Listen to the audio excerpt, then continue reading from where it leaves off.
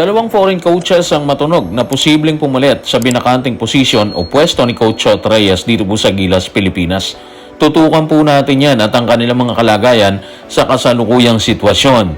Posible ba na isa sa kanila ang humawak ng Gilas, Pilipinas? Kung wala pang head coach, problema din po ang bubuuing kupunan sa dahilang marami ang malalagas sa kasalukuyang hanay ng Gilas na sumabak dito po sa World Cup. Sino-sino ba yung available, no? Sino ba ang pupwede? Sino-sino sila dito? At sa patuloy na panliligaw kay Coach Tim Cone, tila tuluyan na po niyang sinarhan ng posibilidad na hawakan po ang Gilas. Ano nga ba ang kanyang pahayag o yung huling pahayag tungkol po sa issue na yan?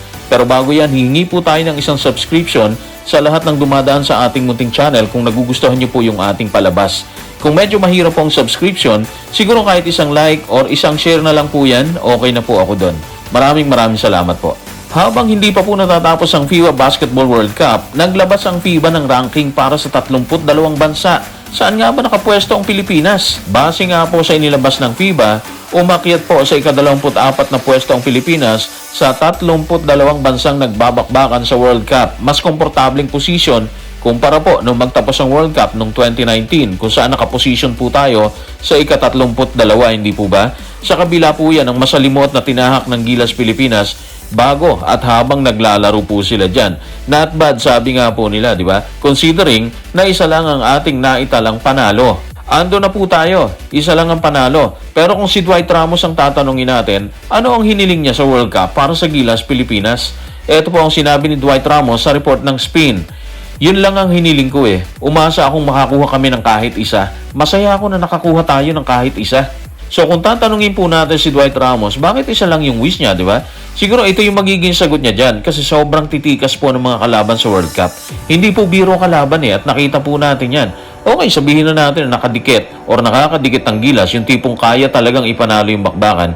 Pero iba po talaga yung pupukan sa dulo ng laro eh. At doon malimit po bumibitaw ang Gilas na hindi naman nila sinasadya. Nangyayari yun kasi mas sanay po ang kalaban sa pressure kapag end game. Yun po yung siguro yung nagiging problema doon, di ba? Nagko-collapse talaga tayo sa dulo. Actually, kahit ng mga nakaraang World Cup, nung sumali tayo noong 2014, noong 2019, ganun din yung nangyayari eh. Bandang dulo, nagko-collapse po talaga tayo, no? Matapos nating makita ang posisyon ng Gilas sa World Cup, akyat tayo sa magiging hanay ng Gilas dito po sa Asian Games. Sino ang available para dito? Base po sa report ng Inquirer, halos kalahati po ng sumabak sa World Cup hindi na po makakasama sa Asian Games. Kasama na po dyan si Renzo Bando kasi depende po sa anyang kay GC kung papayagan siya maglaro dito sa Asian Games. Ayon po sa kanya, extension na nga yung kanyang pananatili or extension ng bakasyon ng pananatili po niya dito, di ba? In short, naging mabait lang ang anyang kay GC sa kanya kaya parang hindi talaga siya po pwede. Bukod kay Renzo Bando na hindi sigurado sa Asian Games, sino pa ang posibleng mawala sa hanay ng Gilas Pilipinas? Ito po ang sinabi sa report ng Spin. Si AJ Edu, Dwight Ramos at ang iba pang bilig Asian imports sa World Cup team ay nakatakdang umalis patungong Japan sa mga susunod na araw upang simulan ang training camp kasama ang kani-kanilang mother teams. Mabigat po yan kasi silang dalawa po talaga yung matinding kinapitan ng kupunan sa mga sandaling kailangan bumangon sa pagkakalubog. Bunga po ng pananalasa ng kalaban dito po sa World Cup. Ngayon, napapaalis po sila. Questionable talaga magiging kapalaran ng Gilas dito po sa Asian Games. Actually, hindi lang silang dalawa, di ba? Andiyan si Kai Soto, Chuck tutulak din niya sa Japan. Pero ano nga ba ang sagot ni Dwight Ramos at AJ Edu nang tanungin kung maglalaro sila sa Gilas para sa Asian Games? Ito po ang sinabi ni Dwight Ramos at AJ Edu sa report po ng Spin. Si Dwight Ramos sabi niya, hindi ako maglalaro sa Asian Games.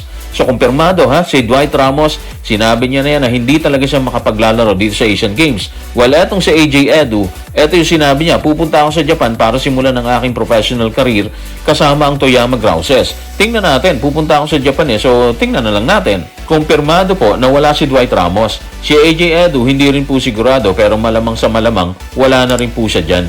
Ngayon, ano naghihintay sa Gilas sa Asian Games? Hindi natin actually alam, no? Pero marami pa naman players na pwede. At check naman tayo dyan, nakasama nila si Justin Brownlee. Andyan sila Amos, Balti at marami pang iba, di ba? Phil Ams na hanga din tumulong dito sa Gilas, Pilipinas. Bukod sa problema sa players, problema din po ang coach. Si Coach Tim Cone, tuloy ang inalis ng sarili sa posisyon. Ano nga ba sinabi niya tungkol dito? Ito po ang sinabi ni Coach Tim Cone sa report ng Spin. Ayokong iwan kasi ang Hinebra eh. Gusto kong itaas pa yung legasiya ni Big J. At kung hahawakan ko Gilas, pakiramdam ko, mangangailangan yun ng buong attention ko. Nasa Hinebra yung puso ko kasi. Gustong gusto ko rin magtrabaho para kay Al Francis Chua at Boss Ramon Ang. Sa pahayag po niya ni Coach Tim Con, makikita mo talaga yung kahandaan niyang iwan ng Gilas Pilipinas. At totoo yung sinabi niya, mangangailangan yun ng matinding atensyon ng isang coach, di ba? Hindi biro, sabi nga nila. At yun ang tila hindi kakayanin ni Coach Tim Con. Hindi rin niya kayang iwan ng Hinebra na base sa kanya, masaya po siya doon. Kung ayaw naman ni Coach Tim Cone, may lumalabas naman ang dalawang matunog na pangalan para humawak ng Gilas Pilipinas. Sino nga ba sila? Isa po sa coach na yan ay si Coach Tab Baldwin. Marami nang hinayang sa kanya matapos pong mawala o umalis bilang head coach ng Gilas. Nakalaunan ay pumalit po si Coach Chot Reyes. Ayon pa rin sa karamihan, maganda kasi yung programang inilatag ni Coach Tab Baldwin habang siya po yung humahawak noon sa kupunan ng Gilas, di ba? Hindi rin malimutan ng lahat kasi ang ginawang taktika ni Coach Tab nang talunin nila ang Korea na noon ay gigil na bumawi sa Gilas Pilipinas.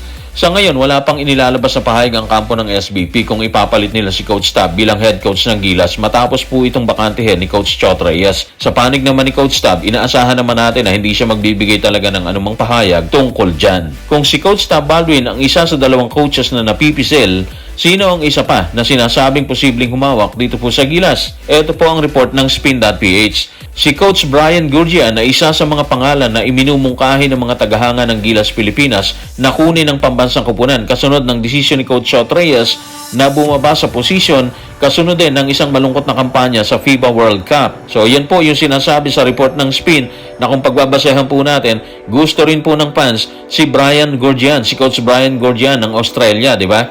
Pero ang tanong, handa ba si Coach Brian na hawakan ng Gilas Pilipinas? Ito po ang report pa rin ng Spin. Inihayag ni Coach Brian Gurjian nitong linggo na magpapatuloy siyang mag-coach sa Australia hanggang sa katapusan ng 2024 Paris Olympics kung saan nakakuha na ang Boomers ng pwesto bilang nangungunang Oceania team sa 2023 FIBA World Cup.